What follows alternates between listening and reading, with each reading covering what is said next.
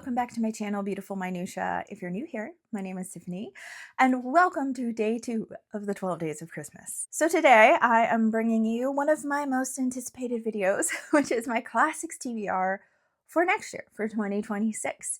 And so I'm going to be sharing with you the books that I'm reading. I do have them planned out month by month, and there is a strategy behind that. I used to just share my classics TBR as a whole, and I would always choose 12 books with the intention of doing about one book a month. And then I would have people say, oh, I'd love to read that with you. And then I'd end up with too many buddy reads in 1 month.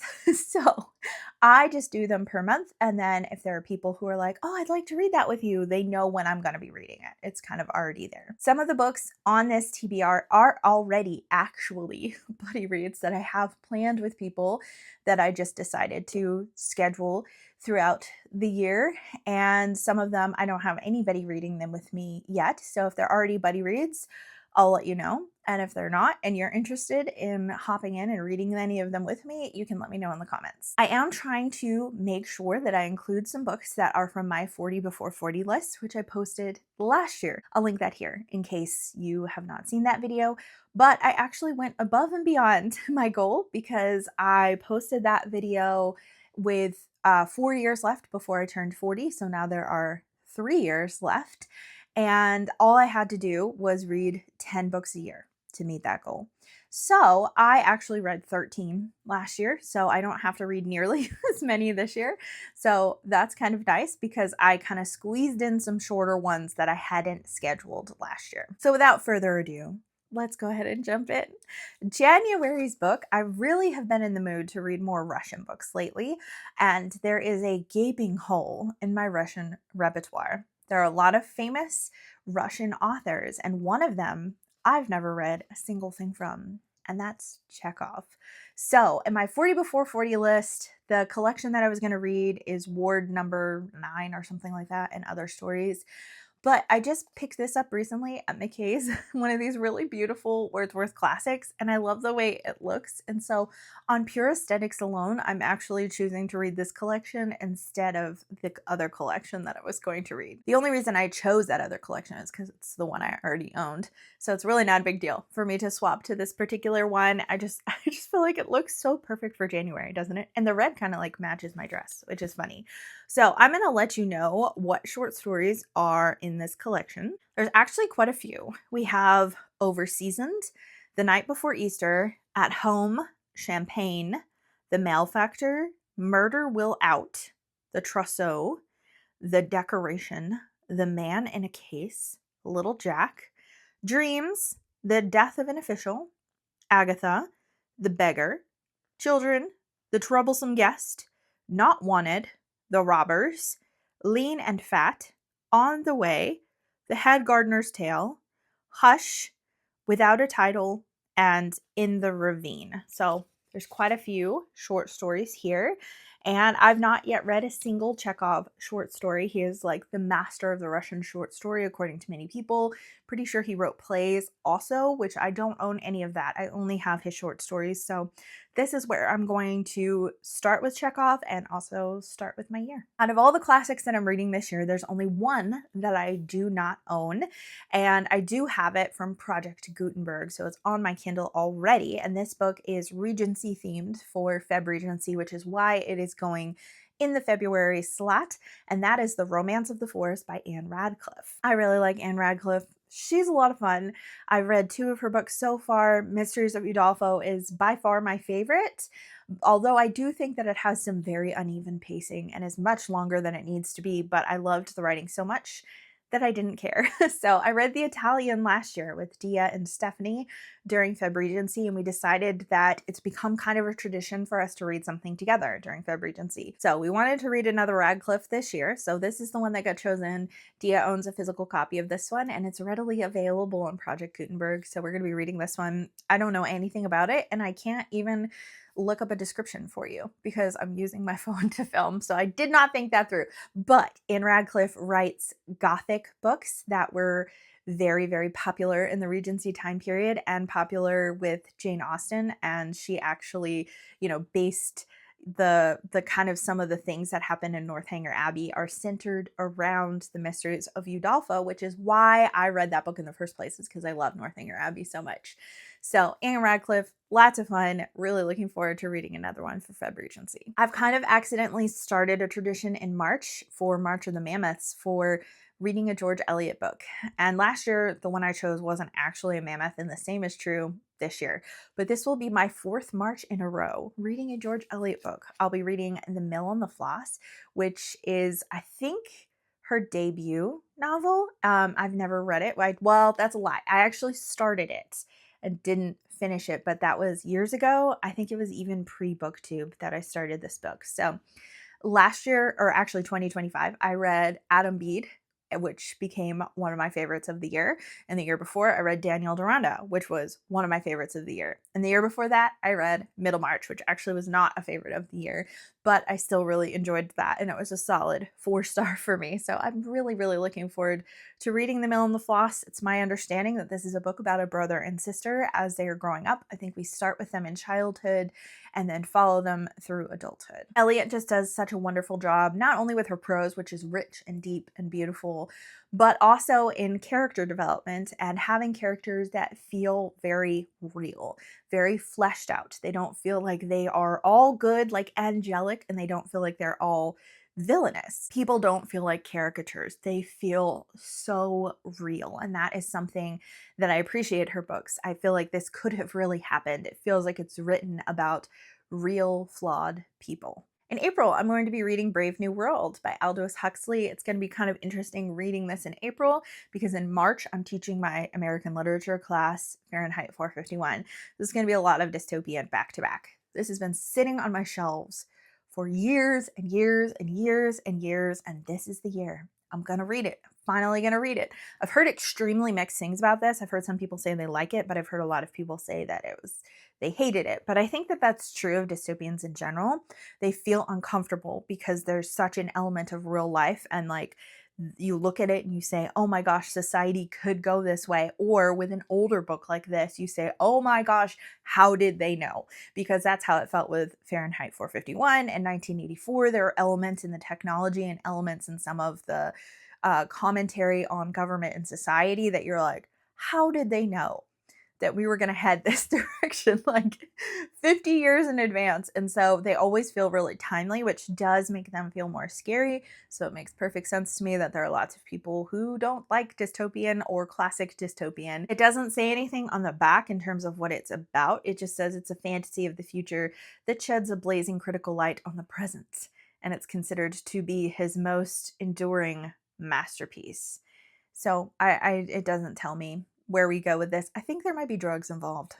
That's about all that I might possibly know about that, because I might not even remember that tidbit correctly. In May, I am going to be reading Silence by Endo with Dia. So this one is also a buddy read, and I'm really excited to read this. This, I think, is going to be a difficult read and a painful read because I'm pretty sure it's about some priests who are in Japan and are kind of martyred, or at least, like arrested and tortured for their faith. And so our main priest is really struggling with his faith as he's seeing all these terrible atrocities being perpetuated upon them for them being followers of Christ, and causes him to like really grapple with and struggle with his own beliefs.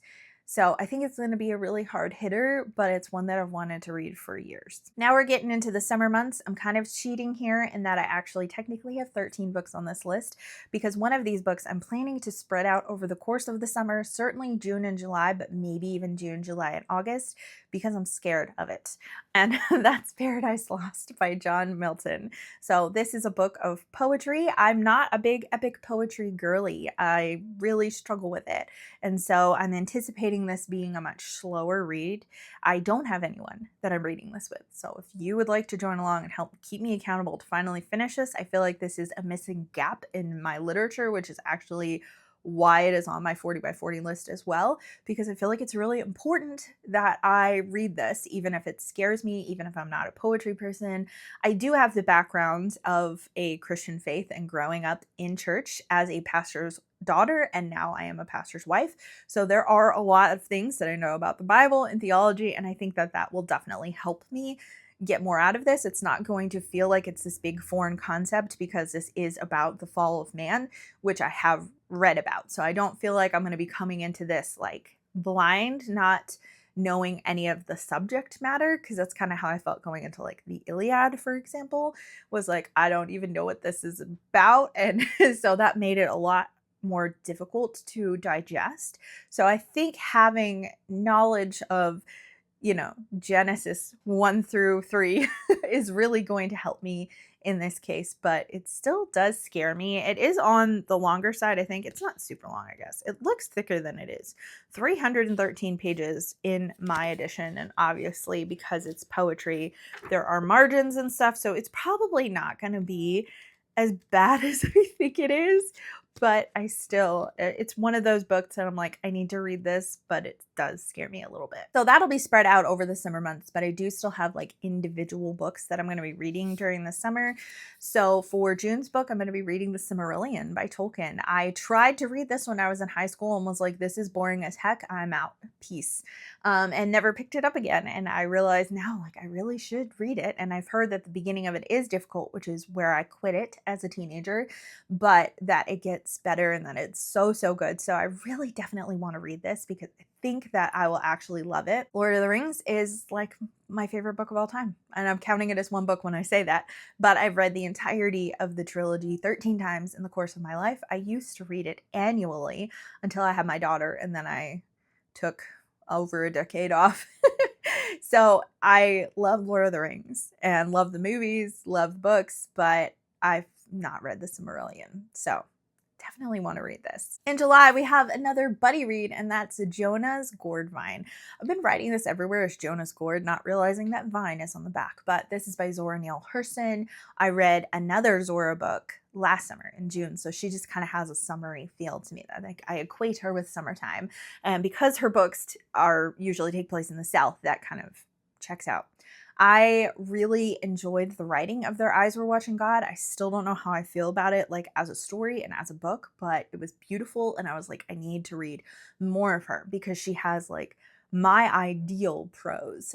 So this is her debut novel as far as I remember. I'll be reading this with Stephanie and Dia. I think that this is about a preacher, maybe? Oh, maybe it's not a preacher. It says it's the story of John Buddy Pearson, a living exaltation of a young man who loves too many women for his own good. Lucy, his long-suffering wife, is his true love, but there's also Mahali and Big Omen and the scheming Hattie who conjures hoodoo spells to ensure his attentions. Even after becoming the popular pastor of Zion Hope, where his sermons and prayers for cleansing rouse the congregation's fervor, he has to confess that though he's a preacher on Sundays, he is a natural man the rest of the week. So there is a preacher element in it. The synopsis does not wow me. I'm just going to be real. I'm coming into this for the prose and because it's Zora, and hopefully I'll love what she does with it. And then in August, I will be reading Hannah Coulter by Wendell Berry. I'm so, so excited to read this book. So I think last year, I guess it's last year at this point, I read Fidelity, which is a collection of short stories by him. That was my introduction to Wendell Berry, and it made it into my top books of the year. In 2025, I read Nathan Coulter, which I did not love quite as much, but I did still really enjoy. That was his debut novel, so this is a later novel, and Nathan Coulter follows Nathan as a child. This is, I don't know if this follows Hannah as a child, but Hannah marries Nathan. And so I've heard that this is a fabulous book. This is a lot of people's like favorite book of all time, but it is most people's favorite Wendell Berry book. I love his writing. I love the commentary that he makes about humanity. I love the slow pacedness of his books because I feel like it's just so reminiscent of Kentucky, which is where his books are set, or an agricultural farming Kentucky. And so really looking forward to this one. We're doing a chunker in September, and this might actually bleed into October because of how lengthy it is. And it's actually technically, I think, like a nonfiction, and I think it actually has three books set within this one book. I think this is a bind up. That's Lark Rise to Candleford.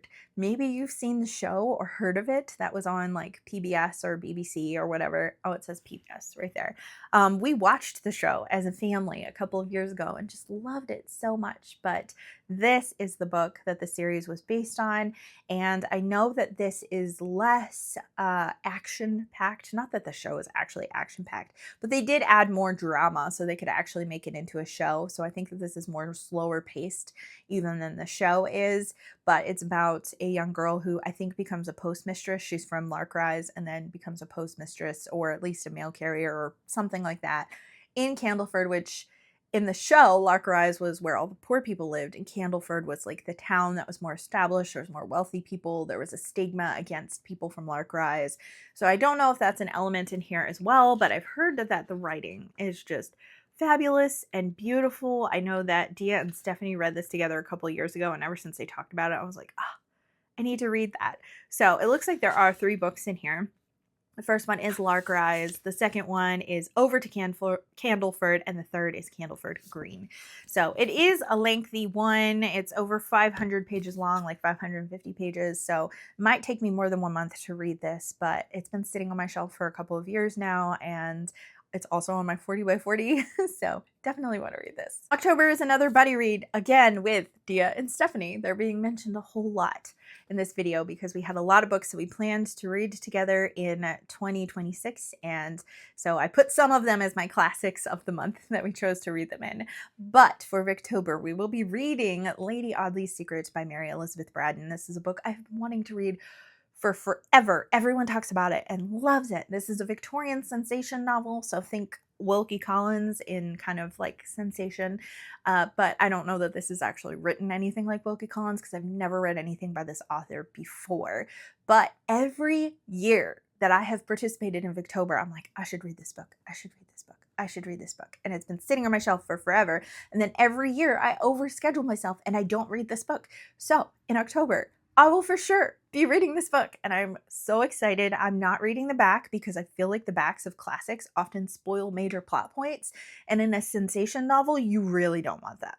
You want to be unaware of every twist and turn. So all I know about it is that there's a lady whose last name is probably Audley, and she has a secret. November is going to be a big bad boy. That also scares me, and this might also bleed into December. That's Moby Dick. I, every year, try to schedule one big, bad, scary classic that I have tried before and DNF'd. So you'll notice I have a couple of other bigger classics on here, and I do have Paradise Lost, which does scare me, and so that would be enough in its own right to just have that. But Moby Dick, I have DNF'd twice, and I really want to finish it. The first time that I read it, I only got 2 chapters in, and it is set in the beginning. It's a rainy, bleak November evening, and so that's why I want to read it in November. The second time that I tried to read it was a couple of summers ago, and I got probably 30 to 40% of the way through, and then just got overwhelmed with life and did not continue. And so I really want to finish this because I didn't dislike it either of the times that I was reading it. So I really, really, really, really, really want to finally read it. And I'm really excited to finally read it. So yeah, I hope that I enjoy this. I mean, I kind of know where the story is going. I feel like people reference Moby Dick all the time, but it's such a mainstay in American literature and is referenced so frequently, both Moby Dick and just the white people talking about something being their white whale. So I feel like I really want to read it. It's another one of those ones that I feel like is a gaping hole in my literary knowledge. Finally, in December, we have a final buddy read with Dia and Stephanie. We are going to be reading Willa Cather's Shadows on the Rock. And I have a bunch of these editions that have these like drawings on the front. This one's actually not too bad. Some of the other ones I have are terrible. I mean, this child does look like she needs some help, but it's not as bad as some of the ones that I have. So I'm pretty sure that this one takes place in Canada, which I don't think any other of Cather's books do. It says at the end of the 17th century, on that gray rock in the Canadian wilderness known as Quebec, Cecile Auclair and her father, the town's apothecary, live a life very different from the one they knew in Paris. With their small circle of friends and neighbors, they spend the long, difficult winter with no word from home. News of events in the world they have left behind must wait until spring, when the annual boats from France are able to make their way up the St. Lawrence. But Cecile, unlike her father, does not feel herself to be exiled, for as old ties are relinquished, new ones are formed. I love Willa Cather, love her writing. I think it's beautiful, and I'm really excited to read some more from her because I've heard a lot of people say that they really love this one, and I read several Cathers in 2025 that all were kind of a little bit of duds for me. I was disappointed by the Cathers that I read in 2025. So I have better hopes for this one. I'm really looking forward to it. Because it's set in wintertime, we decided to read it in December. Those are the classics that I plan to read in 2026. I'd love to hear from you in the comments down below. Do you have any classics that you're definitely planning to get to next year? If you've read any of the ones that I mentioned here, feel free to leave your thoughts, especially if you want to send me, good thoughts and vibes and encouragement on Moby Dick and Paradise Lost in particular. And if there's any that you'd like to join in and read with me in the particular months that I have them slated, please let me know, because I do always love reading with you. Thank you so much for watching. If you like this video, please hit like and also subscribe so you can continue to see more bookish content from me and more of the 12 Days of Christmas. And I'll see you again tomorrow.